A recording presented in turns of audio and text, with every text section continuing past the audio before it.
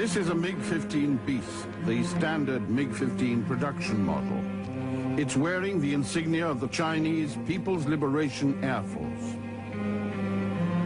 The airframe of the MiG-15 was versatile and could be adapted successfully for many different versions: fighter interceptors, reconnaissance, even ground attack and two-seater trainers. These versions varied in detail, like the number and capacity of fuel tanks and the armaments they carried, but all shared the classic MiG-15 virtues of toughness, lightness, and simplicity. MiG-15s were produced at 15 different plants in the Soviet Union in great numbers. 7,500 were built and entered service with almost 40 different air forces around the world.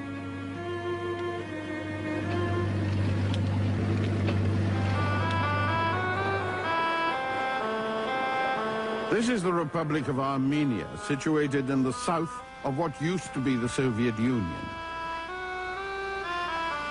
It's an area of mountains, valleys, and small villages.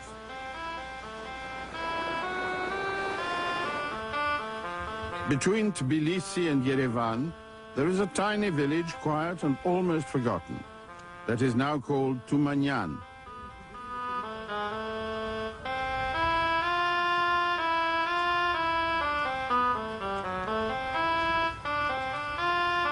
In 1905, it was the home of the family of Ovanes Mikoyan, a carpenter who worked for a French-owned copper mining company and lived in this small cottage.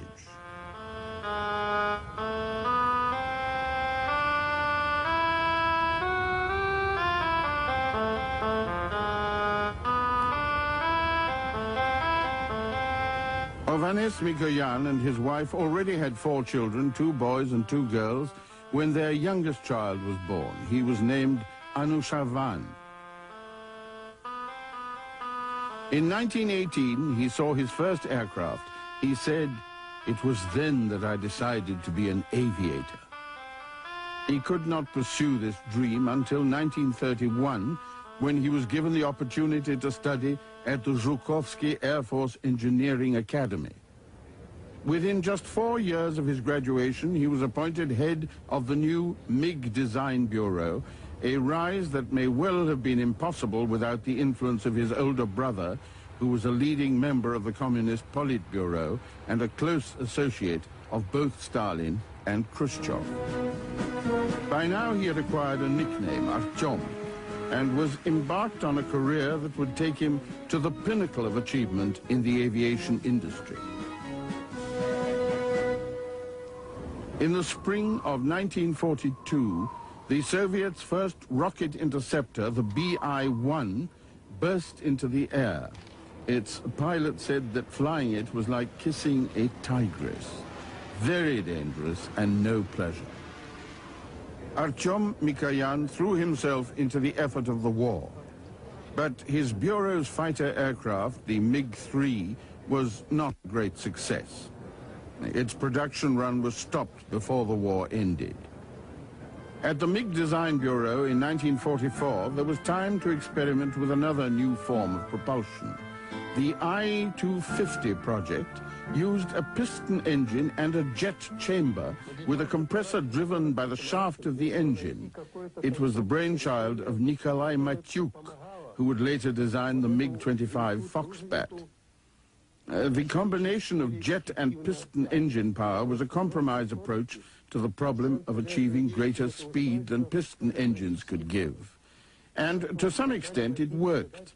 The addition of compressed gas exhaust to the power of the conventional propeller gave the I-250 a top speed of more than 500 miles an hour. About 50 were built and entered service with Soviet Navy aviation. The real future of high-speed performance in the air lay in pure jet power. In Germany, the Me-262 was being developed and would be introduced into service in the last months of the war, creating a devastating impression.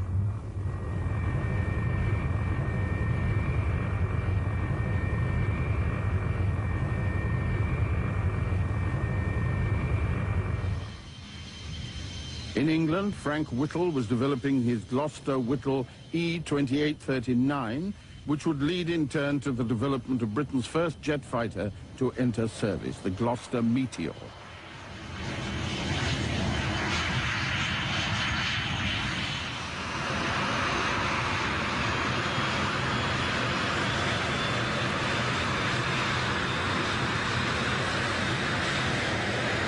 In America, Whittle's jet engine was being adapted to power an American jet fighter design, the Bell XP-59A.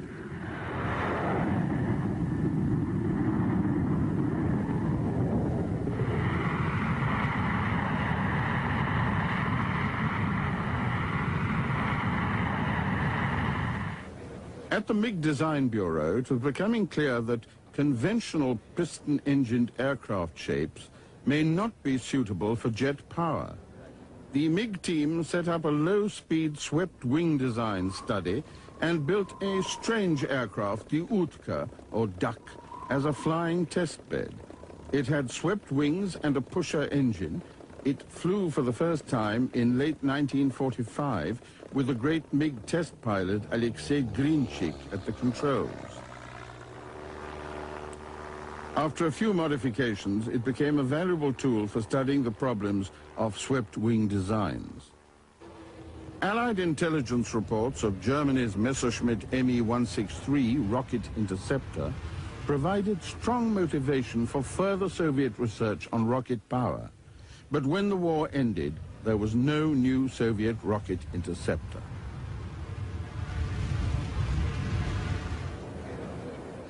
In 1946, the MiG Bureau developed a rocket-powered design called the I-270.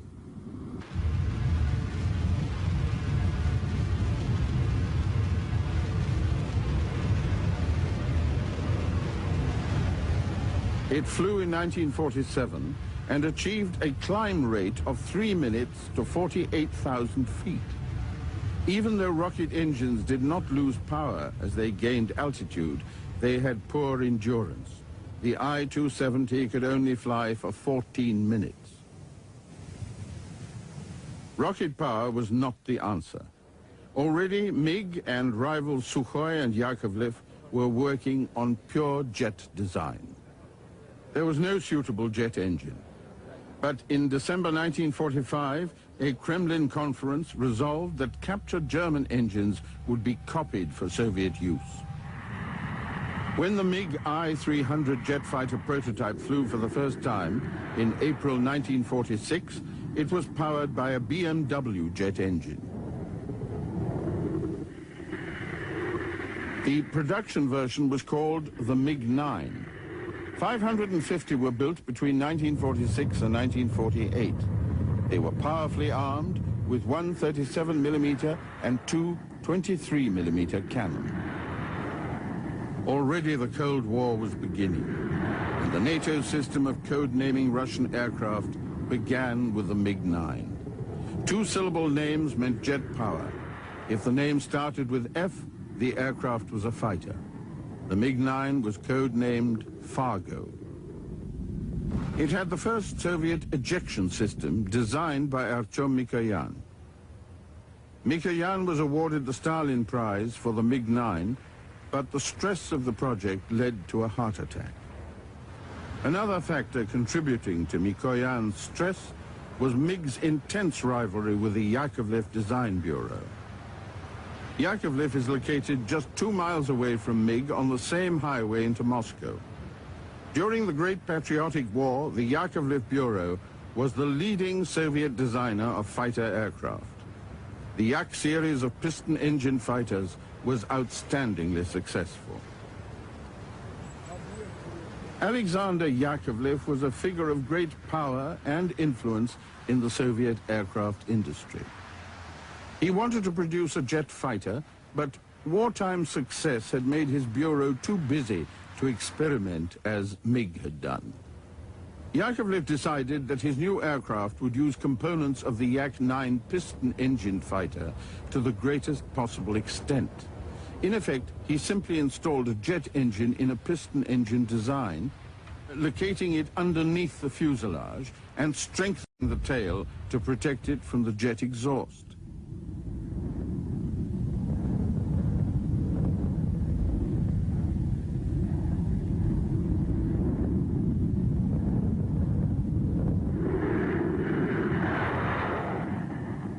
The Yak-15 had a tail wheel, which was quickly found to be unsuitable with a jet exhaust. When the Yak-17 appeared, it had tricycle landing gear with the nose wheel housed in a bulge under the forward fuselage. In post-war Moscow, the air shows at Tushino Airport were a great attraction for the Moscow public. Here they had the opportunity to see new Soviet aircraft for the first time. Joseph Stalin's son, General Vasily Stalin, was commander of the Air Force of the Moscow Military District. He organized these spectaculars at which the new jet aircraft MiG-9s and Yak-15s appeared. Until 1947, severe restrictions were placed on pilots of jet aircraft. They could only fly straight and level and perform the mildest maneuvers. But as more familiarity with jets developed, these restrictions were lifted. Pilots were able to explore the potential of the new planes and enjoy the challenge of flying them.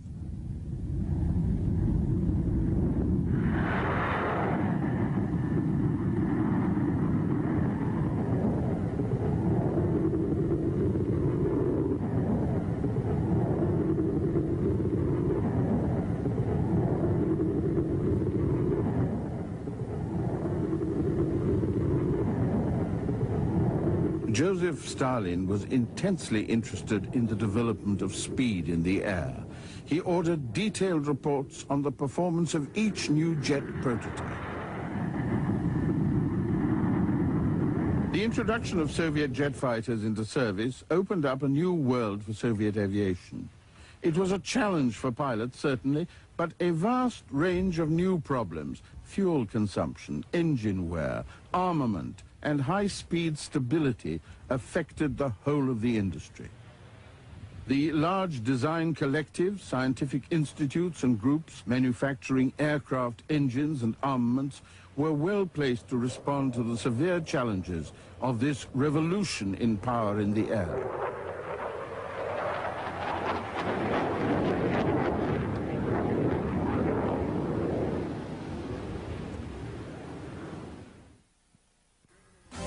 We will return. Aircraft Design Bureau heads were given the military rank of general. When they appeared on official occasions, they wore dress uniform and displayed their honors. Rivalry was intense. But in the late 1940s, with the Cold War gathering momentum, all these brilliant and powerful men shared a common goal. They were dedicated to the search for higher and higher speeds.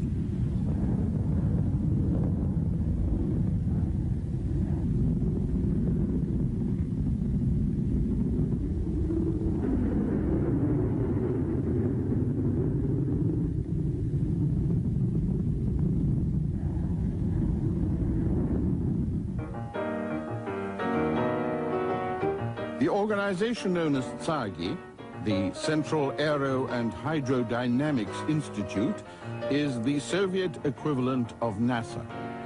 From the early months of World War II, the T-106 wind tunnel at TSAGI was operating at close to the speed of sound.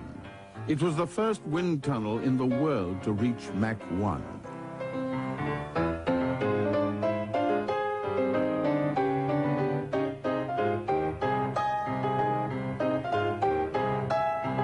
Approaching Mach 1, the drag of a straight wing increases rapidly. A thick wing cross-section also causes high drag. A thinner wing allows an aircraft to approach closer to Mach 1 before drag defeats it. The MiG-9 and the Yak-15 both used thin airfoils, but could still not reach supersonic speeds.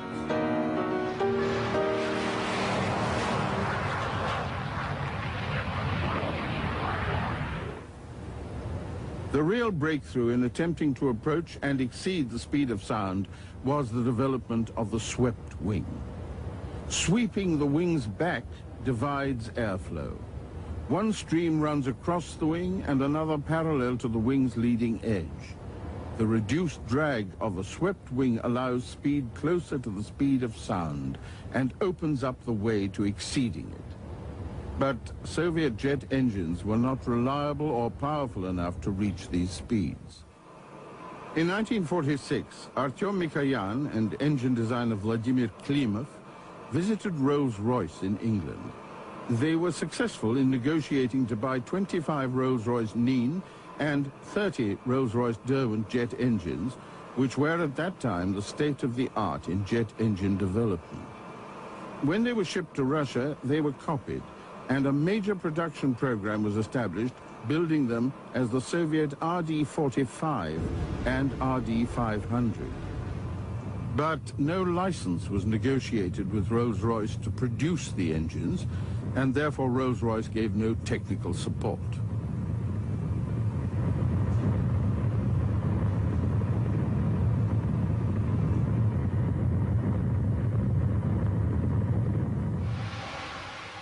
By 1947, Mikoyan had produced the I-310, the prototype of what was to become legendary as the MiG-15. Even before the test program was finished, the Kremlin decided to start full-scale production. The new aircraft was very different from the MiG-9. It had a tubular fuselage with the engine mounted inside. The jet exhaust nozzle was at the rear of the tube, so exhaust gases did not come into contact with any part of the fuselage. The heavy-duty landing gear retracted into the wing, and the skin was aluminium.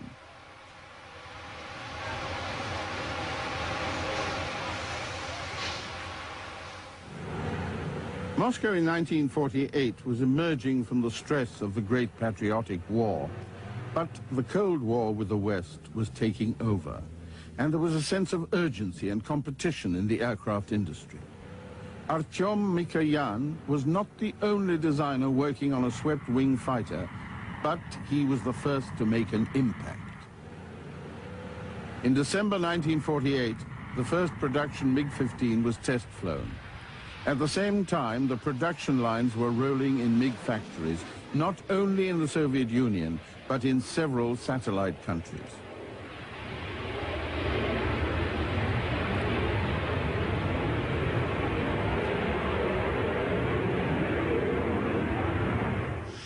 There was one constant characteristic of the MiG-15.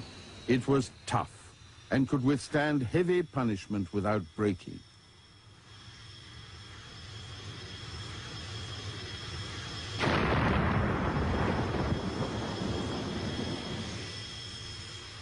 Adjustments and improvements were incorporated into the aircraft as they were manufactured, and there were wide variations in quality and performance.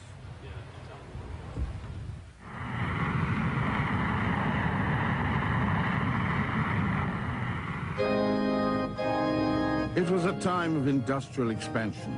Hard labor convicts and prisoners from labor camps dug the Great Canal between the Volga and Dnieper rivers. Nuclear power stations were being established.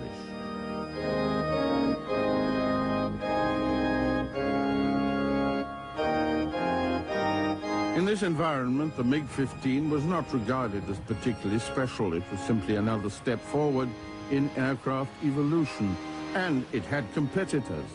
MiG's traditional rival Yakovlev flew their Yak-30 in September 1948. It was unsatisfactory and quickly disappeared from the race.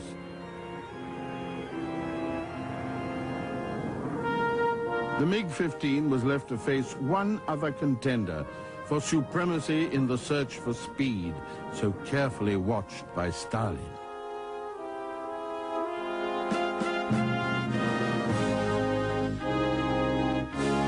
Mikoyan's competitor was the successful World War II fighter design bureau, Lavochkin. Their LA-15 was lighter than the MiG and handled better, but its construction was more complex and labor-intensive, needing greater manufacturing skill.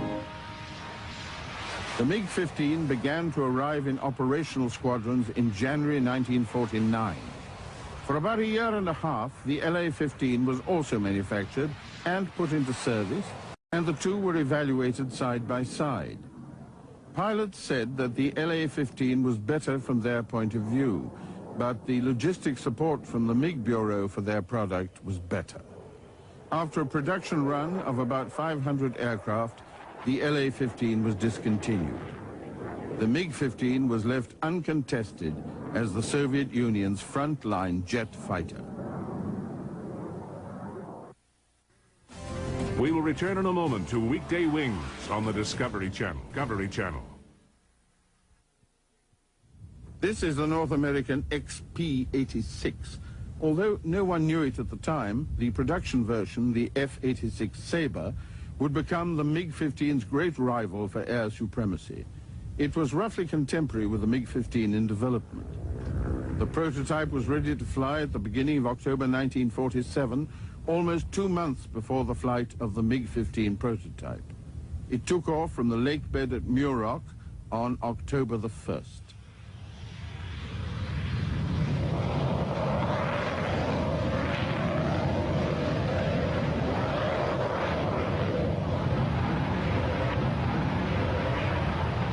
It was similar to the MiG-15 in layout, with the engine installed in the fuselage and wings swept at an angle of 35 degrees.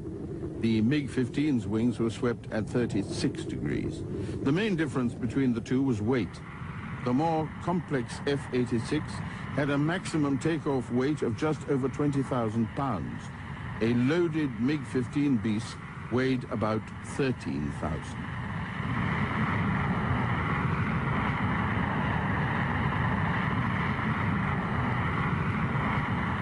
From the beginning, the F-86 was an impressive aircraft. It was fast, and before the end of 1947 exceeded the speed of sound in a dive. Pilot vision was excellent, and so was the aircraft's handling. But this was a test program. The Sabre's qualities were soon to be tried in combat. In June 1950, North Korean troops invaded South Korea, and America entered a war that quickly escalated into a major conflict.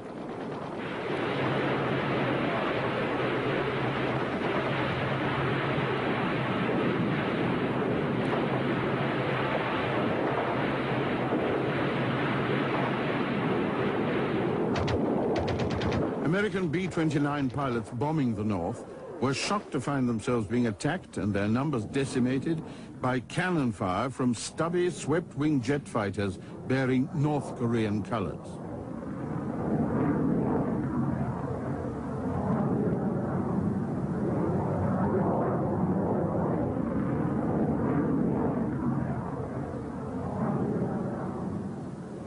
The F-86 was called to Korea to counter the success of the MiGs, and one of the classic air battles of all time began.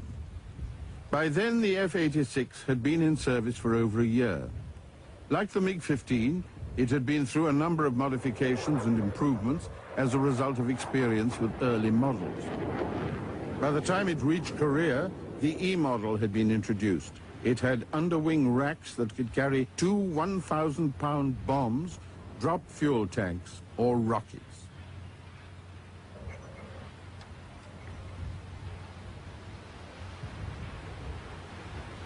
It had been fitted with a new General Electric engine, producing 5,200 pounds of thrust. It also had a one-piece flying tail, which gave more control power, especially at transonic speeds. The U.S. philosophy on arming fighters differed from that of the Soviet Union. In World War II, and at the period of the Korean War, American fighters tended to be armed with 6 or 8 12.7mm machine guns.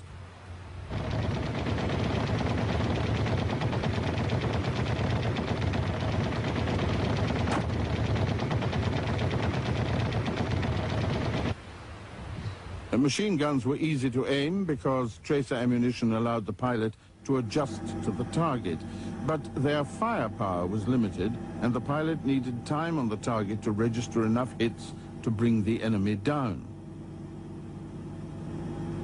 The Soviets, on the other hand, preferred 2 or 3 higher caliber cannon. Aiming was more difficult, but one 37mm shell was capable of destroying an F-86.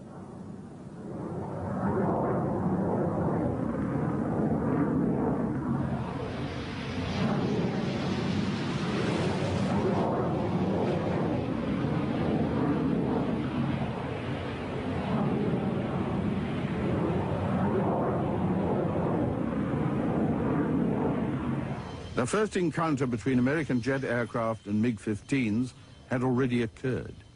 On November the 8th, 1950, an F-80C shot down a Chinese MiG-15. It was an unusual victory. MiGs could usually escape from F-80s because they could climb much faster, but the American pilot was able to catch one in a dive. The F-86 was a major advance on the F-80. Whether or not it was better than the MiG was still to be discovered.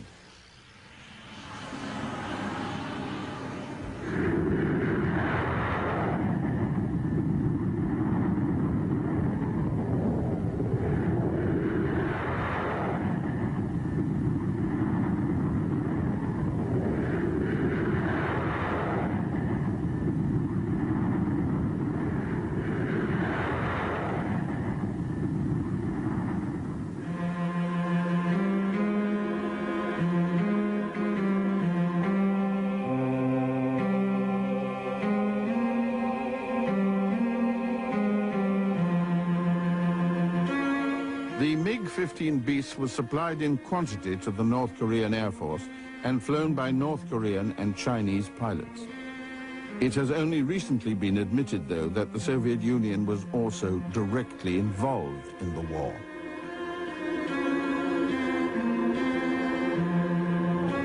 An air division of elite Soviet pilots, commanded by the top-scoring ace of World War II, Ivan Khazedub, was sent to Korea to gain combat experience and fought on the North Korean side.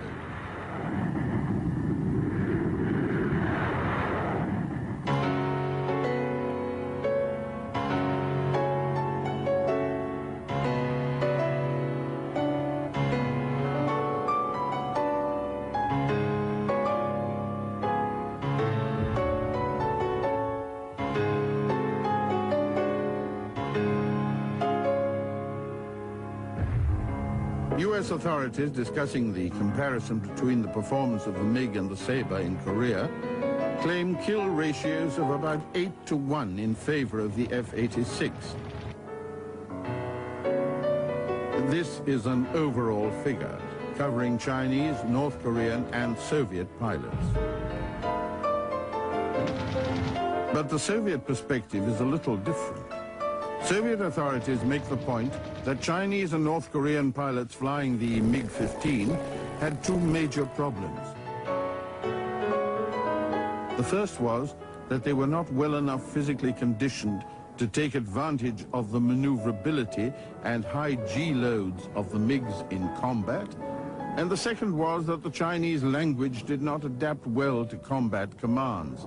And in the early 50s, soon after the establishment of the People's Republic of China, there were no standard combat procedures translated into Chinese.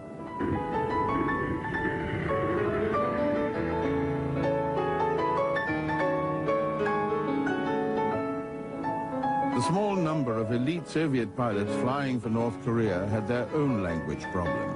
They were not allowed to communicate in combat in Russian, so their presence in the war would not be detected.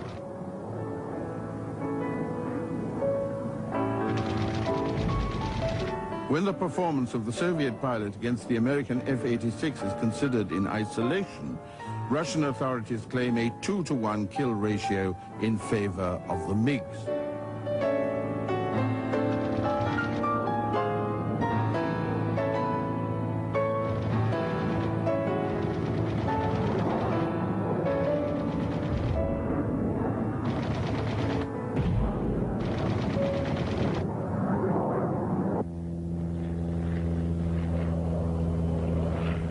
The U.S. military was extremely anxious to acquire an example of the MiG to examine at close quarters.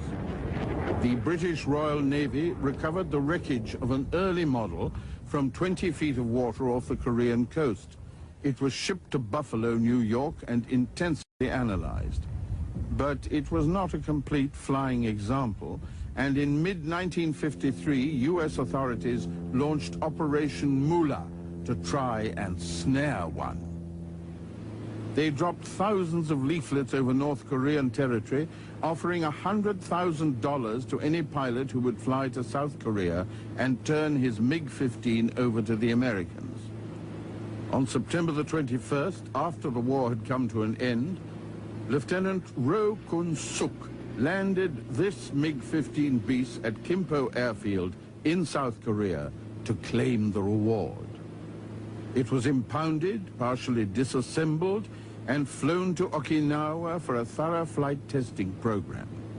Under the terms of the armistice, it was offered to its rightful owners, but no one came forward to claim it.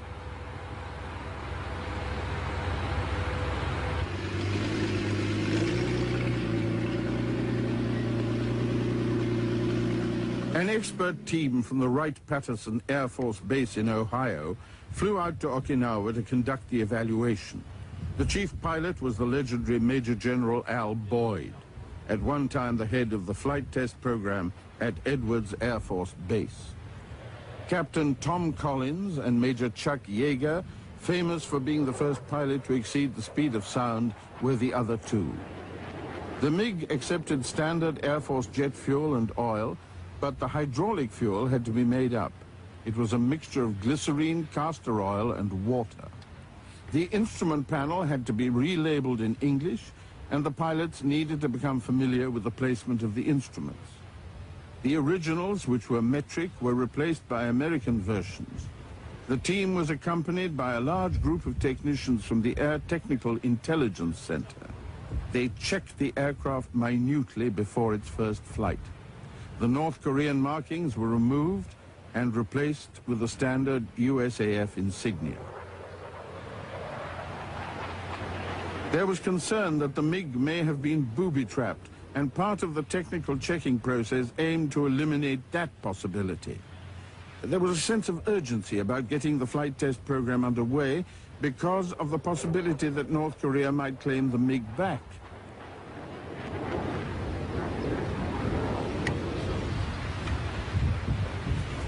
A special adapter plug was made up to connect a standard U.S. Air Force starting unit to the MiG's engine.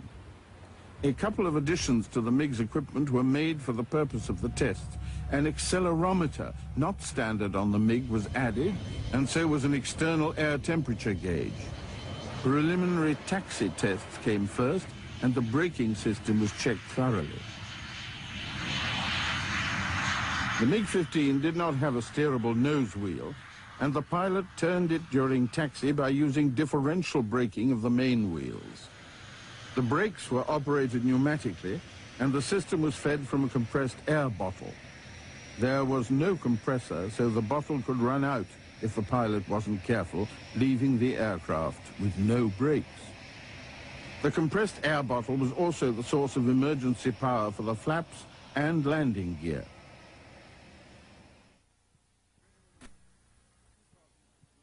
Captain Tom Collins drew the privilege of making the first flight in the MiG-15.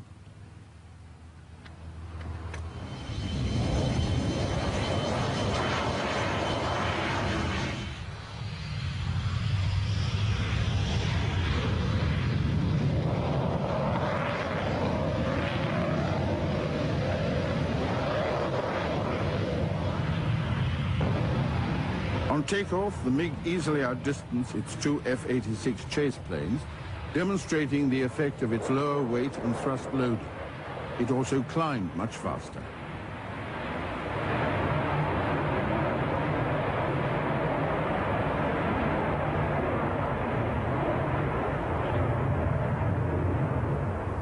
On the first flight, the tests were restricted to low altitude and medium speeds.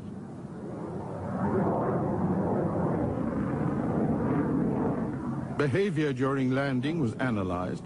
Landing characteristics were found to be straightforward and fairly comparable to the Lockheed Shooting Star.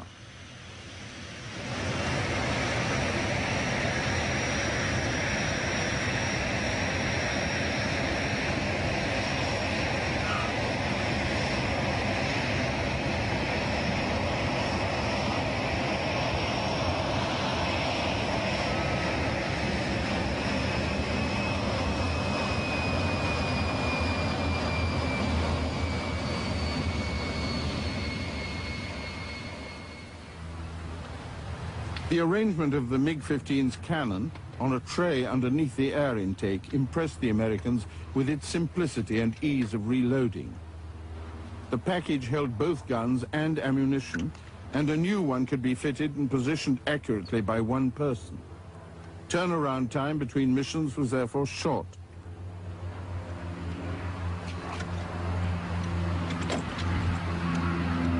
The MiG came fully combat ready, loaded with ammunition, so controlled weapon tests were possible.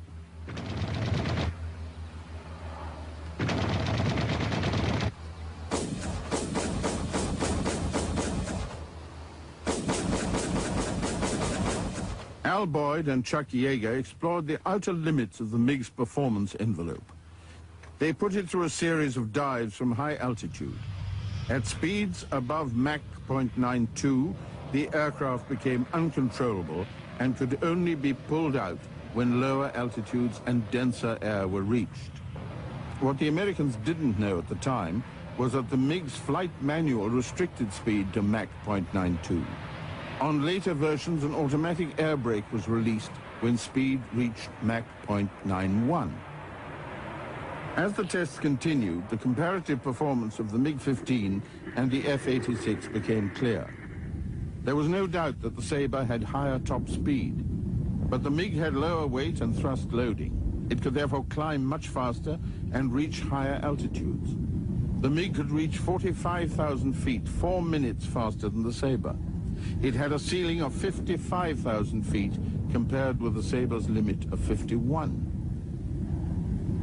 The Sabre's higher speed was neutralized to some extent because most operational combat took place at about Mach 0.7. In those days, the thrust ratio of all fighter aircraft was low by today's standards.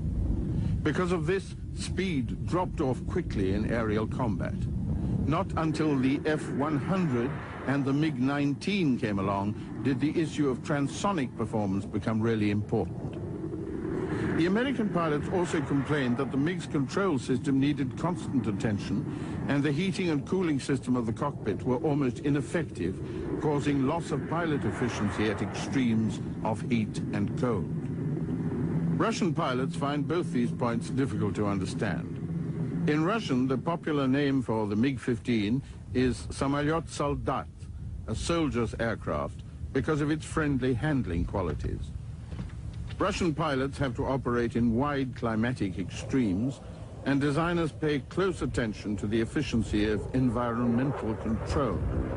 The Russian conclusion is that the MiG tested by the Americans had a faulty system. It's impossible to say which aircraft was superior. The MiG and the Sabre reflect very different philosophies about fighter aircraft, but overall they were very evenly matched. MiG test pilot Valery Minitsky said that fighter development should have stopped with the MiG-15 and the F-86. We will recovery channel. The MiG-15 was followed by the MiG-17. It was not a successor in a true sense, because both aircraft remained in service together for many years. In terms of production numbers, the 17 was even more successful than the 15. Eventually, about 9,000 were built, some under license in Poland and China. They were operated by the air forces of about 40 countries. The prototype of the MiG-17 flew for the first time in February 1950.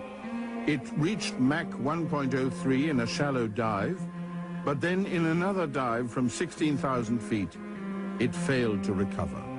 No reason for the accident was found. At first, the MiG-17 was fitted with the VK-1, the same engine as later MiG-15s.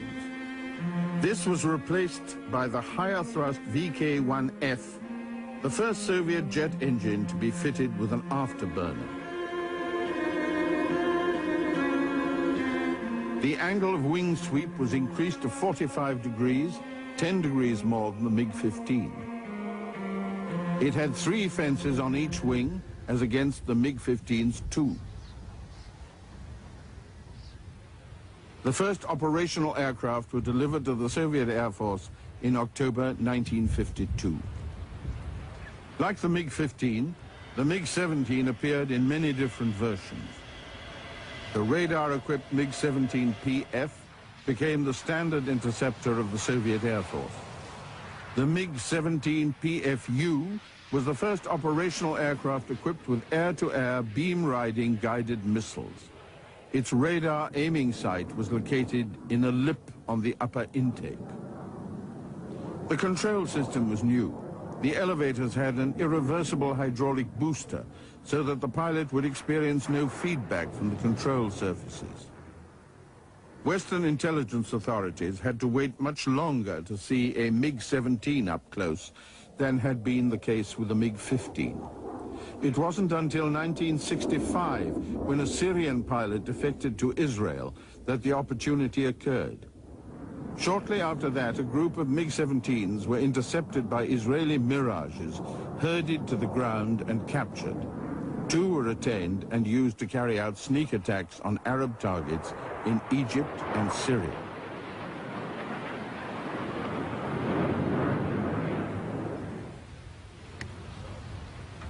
In recent years, MiG-17s have begun to appear in even greater numbers as sports aircraft in Western countries, particularly the USA and Great Britain. This one flies out of Burlington, Vermont, and appears regularly at air shows on the east coast of the US. It's been stripped down and restored and given paintwork with a gloss never seen on service aircraft.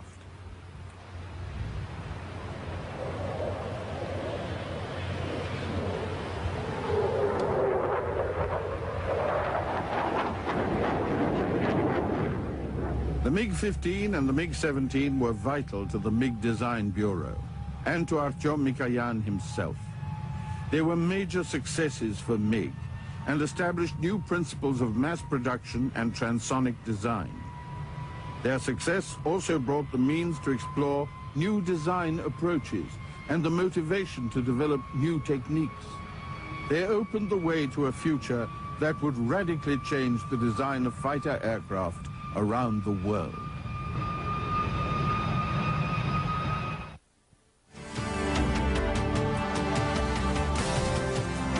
Coming up next, they're the fastest and sleekest around. High-speed fighters and planes on wings. Then excitement and adventure. Mother Nature goes wild as the animal kingdom struts its stuff on Wild Discovery.